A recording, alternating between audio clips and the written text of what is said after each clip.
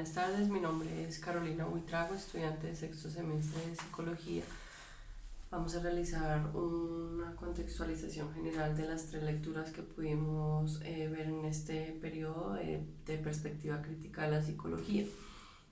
Básicamente la primera lectura fue la teoría crítica de Frank Pepper, quien realizaba como tal un recorrido histórico por las principales corrientes del pensamiento que han caracterizado como tal a la psicología crítica desde su nacimiento. La teoría crítica se definió en oposición a la teoría tradicional. Básicamente, la teoría crítica se definió, lo definen como tal los autores de la teoría crítica. Lo define como de que tanto los objetos observados como los sujetos observadores de la ciencia están constituidos socialmente y por lo tanto deben ser analizados e interpretados desde su contexto pues, histórico y social. Por eso quise pues, plasmarlo con la imagen de tanto los objetos como los sujetos deben ser observados, el observador y el observado. Esta teoría crítica nos hablaba de la escuela de Frankfurt, que sintetizó la filosofía y la teoría social para desarrollar una teoría crítica de la sociedad contemporánea. Básicamente el objetivo era más práctico que teórico. Y todo desde pues como tal una teoría interdisciplinar. Nos habla, bueno, de diferentes autores. El que más quise resaltar como tal nos habla de que la teoría crítica como tal toma el malestar de la cultura, lo quise representar por medio de esta imagen, pues eso lo dice lo que es Freud. Esas miradas críticas como tal han aportado hasta el momento que diferentes procesos en poder como tal en Colombia podemos ver como le decía el profe, lo de la Constitución del 91, que se revelarán pues diferentes cambios de acuerdo a lo que la misma gente, la misma sociedad transmitió como inconformidad. Nos hablaba de que, bueno, la segunda lectura como tal se denominaba psicología crítica en dos momentos, se dividía en dos momentos, en dos lecturas. La primera era 3 décadas en crisis, lo cual nos hablaba de que después de ese comienzo, después de esas 3 décadas, la crisis fue sobre todo un espacio en el que se debatía intensamente sobre el qué, el cómo, el para qué de la psicología social. Básicamente, la situación actual en la psicología social no parece consecuente de las conclusiones de la crisis, sino que más bien muestra una total fractura, y eso nos lo informa en 3 enfoques que quise resaltar. Como tal, bueno, esta lectura de 3 décadas en crisis nos habla de que la psicología social podemos seguir encontrando diferentes como tal intereses como los que están detrás del trabajo, como estos intereses siguen aportando, bueno, pues en este caso para el trabajador. La situación actual, como les decía, de la psicología, pues no parece consecuente con esas conclusiones. Les voy a hablar de esos 3 enfoques. El primero es el empiricista, perdón. Este enfoque se basa en la realidad de las cosas, lo que no existe, lo que no es real, la forma de pensar que se refiere de acuerdo pues a la experiencia.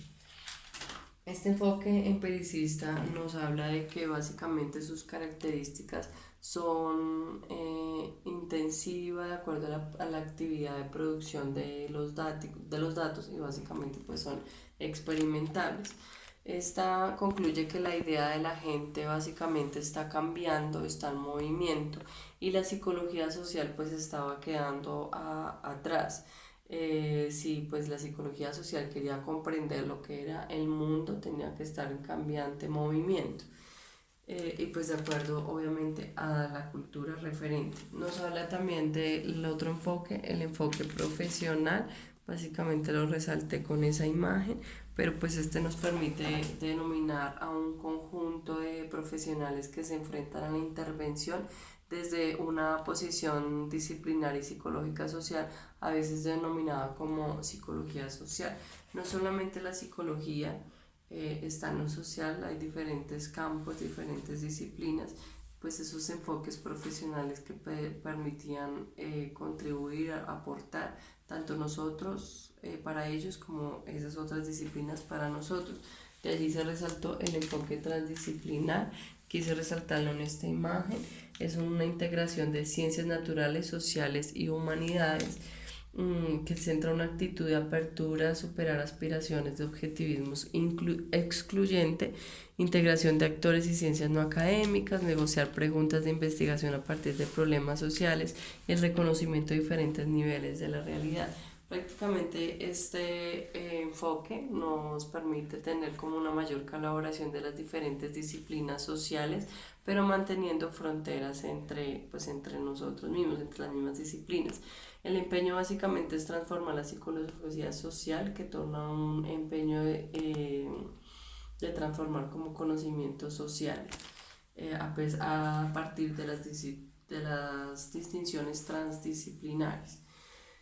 El segundo momento de la psicología crítica, la otra lectura era una lectura denominada como herramientas, que se denominaba perspectiva crítica en psicología social, herramientas para la construcción de nuevas psicologías sociales. Nos hablaba de cuatro momentos. Básicamente el primero era primero preliminares para una perspectiva crítica que nos hablaba de conocer la naturaleza histórica, conocer las sociedades, conocer que todas las sociedades tienen una historia y unas implicaciones de acuerdo a esas experiencias profundas. El segundo nos habla de una mirada socio construccionista.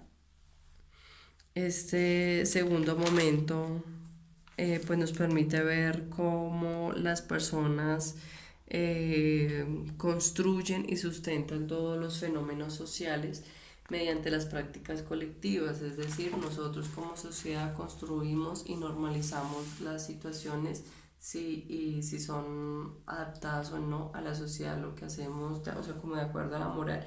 En tiempos antes eran diferentes los pensamientos, diferentes prácticas a lo que se ve hoy, ha cambiado de acuerdo a la tecnología, de acuerdo a las contribuciones que se han realizado. El tercer momento, las aperturas efervescencias.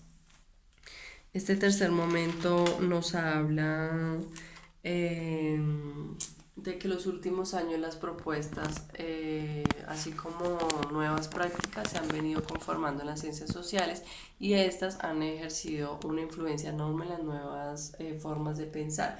Lo que les decía, de acuerdo a la cultura, a los tiempos en los que estamos, está como la flexibilidad de la producción de nuevos conocimientos, el posicionamiento de esas consecuencias. Y la última, la psicología social crítica. En esta pues nos hablaba que antes la psicología social crítica se denominaba de diversas formas, como nueva psicología social, corriente alternativa, psicología social crítica, pero básicamente pues todas con las mismas denominaciones, a pesar de que tienen diferentes nombres, diferentes denominaciones, algunas con algunas características que siempre se encontraban en el interior.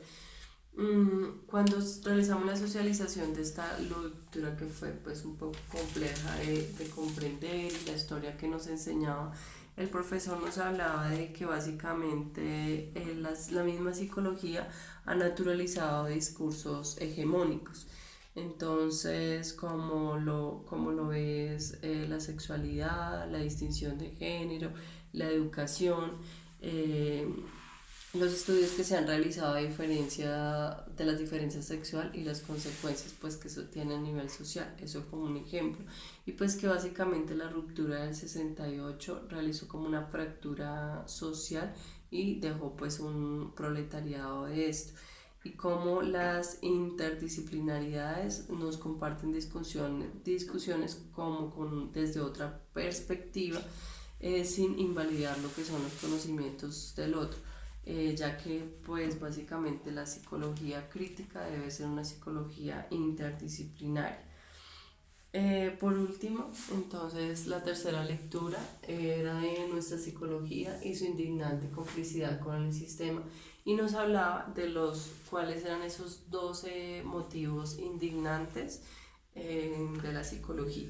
Entonces el primero, el indignante individualismo de la psicología, que nos hablaba de el individualismo que quiere hacer ver a las personas, no como un sistema como tal, sino solamente a la persona, generándole una patología, un diagnóstico, una historia clínica, y a tratarlo como individuo únicamente. O sea, el problema ahí es del individuo y no como tal del sistema.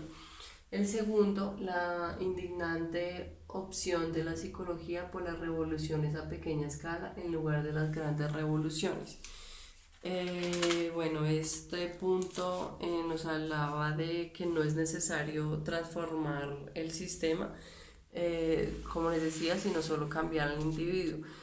Digamos que la psicología debe solucionar el problema que tiene la persona en vez de el problema, o sea, el problema que tiene la persona en sí misma y no el problema como tal del sistema, sino optar a aquello que pone en peligro el sistema. Entonces, por ejemplo, al querer asignarle o etiquetar al paciente o a la persona con un diagnóstico sin ver que de pronto eso que está expresando el paciente se debe a un problema como tal social, el mismo problema del sistema. No es cambiar lo que el paciente está pensando, sino más bien cambiar el problema que tiene el sistema. El cuarto, la indignante función de la psicología como sedante, calmante o analgésico. Igual, lo mismo de lo que hemos estado hablando, cómo los psicólogos nosotros mismos ayudamos a que el sistema no cambie, sino que eliminamos la presión, que en este caso pues sería el pueblo, la gente, y eliminamos esa presión que podría cambiar al sistema, y así poder generar sujetos frustrados. Entonces nos individualizamos solamente en el paciente, en cambiarlo a él, y no dejamos que como tal se exprese para que exista un cambio del sistema. Esa es la función que hemos adoptado en la psicología. El quinto es la indignante función normalizadora de la psicología, igual como nuestra función como psicólogos ha permitido que nosotros normalicemos situaciones como el robo, masacres, y hacer que el individuo termine viéndolo como el momento. Nos dice que el ser y el hacer individual y singular de cada persona se pierde y responde a una norma establecida por el sistema, ya que la psicología debe asegurar que los sujetos sean aptos para el sistema. Como antes, esos sujetos que tenían un diagnóstico eran desplazados, los sacaban del sistema, inválidos para tomar decisiones, y pues lo normalizábamos, ¿no? Eh, y el sexto, que nos habla de la indignante concepción tácita psicológica de los sujetos como instrumentos o medios subordinados a un sistema concebido como un fin. Esta sexto motivo de indignación nos habla que el sistema es el fin al que debe adaptarse los medios. Cuando la psicología consigue adaptar a un sujeto al sistema, lo que ha logrado es instrumentarlo como tal a un sinfín, a seguir siendo nosotros parte de ese sistema que hacemos cambiar, y que las concepciones del sujeto sean cambiadas de acuerdo a lo que el sistema quiere.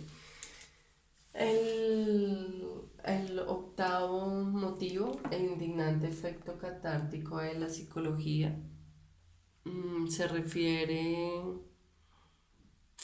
se refiere a cuando habla de catarsis, le permite al sujeto liberar una tensión que habría podido servir, como les decía, para transformar esa problemática o eso que tiene el sistema y liberar, pero entonces no, nosotros lo tomamos el sujeto para que libere la tensión con el psicólogo y el psicólogo termina siendo partícipe como una válvula de escape para ese sistema. El noveno, la indignante intervención de la psicología como coartada ético-política. ¿A qué se refiere? Ya que la psicología permite que el sujeto justifique lo que es como injustificable y explique psicológicamente para así simular sus razones políticas, es decir, lo que decía, le damos una etiqueta, un diagnóstico, usted tiene esto y pues no revisamos más bien que la problemática no viene como tal del sujeto, sino pues del sistema. El décimo, el indignante positivismo a la psicología. Bueno, este me llamó mucho la atención, puesto que se parte de una idea extraña, o cual el psiquismo es una realidad positiva existente al estudiarse.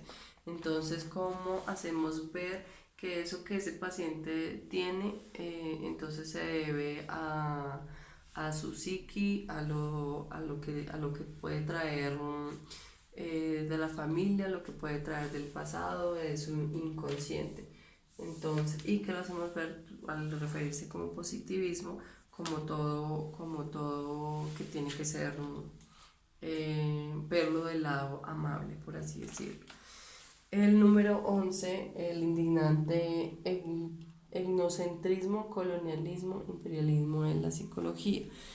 Básicamente tenemos que ser como un trozo del positivismo estadounidense o europeo. Hemos adoptado esa psicología que ellos nos quisieron imponer, tanto europea como estadounidense, y no adoptamos nuestra propia de Latinoamérica. Y viendo que son culturas totalmente diferentes, y nos atrevimos a ver todo aquello que puede llegar a ser en virtud de nuestras propias cualidades, sin identificar que las culturas son pues diferentes y determinadas, ¿no? Y para finalizar, el número 12, que nos habla de la indignante eficacia de la psicología, pues como nos decía el profesor, pues que para eso los psicólogos sí eran buenos, ¿no? Como el indignante malestar de transformar al sujeto, a su pensamiento. Esta lectura pues realmente me gustó mucho, me agradó, pudimos socializar muy bien en el salón. Básicamente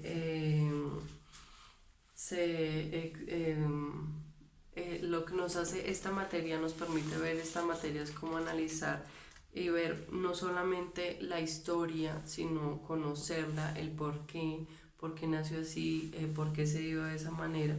Y nos damos cuenta que cada vez es más urgente poder construir un pensamiento crítico, y que cada uno de los autores que aportaron, realizaron un cambio, fue importante para nuestra psicología. Y que el apoyo del conocimiento y los avances que se han realizado a través de la historia han realizado una contribución a otros saberes o para descubrir nuevas cosas o verla desde otras perspectivas, como ver trabajos interdisciplinares, otros saberes, no solamente de la psicología social, que han permitido el surgimiento de nuevas y complejas formas de ver el mundo. Muchas gracias, pues básicamente esto es como tal el resumen de las tres lecturas que podemos visualizar.